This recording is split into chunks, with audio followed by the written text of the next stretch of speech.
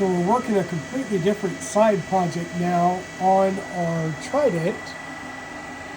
You know, the one with the enraged rabbit carrot feeder that I have since bypassed just by re-enabling the old profile so that I can print without it. Well, we're printing in glass. And actually, we're printing clear PETG to make diffusers for our disco lights that still need to be installed. And how do you say we're doing that?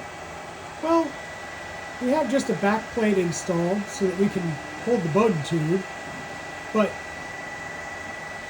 where's the filament?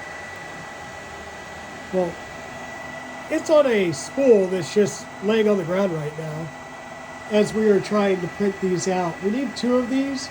Hopefully we have enough here for 2 of these. This is a sample spool that came with the not the Trident, but one of the kits from LDO to do diffusers with. So there's 10 meters of material to print a diffuser for a still printer on it.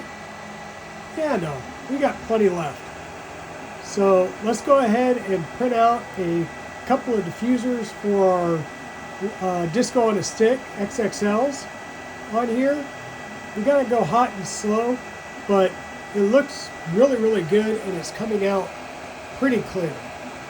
So I'll show these off once they're done, but thanks for watching.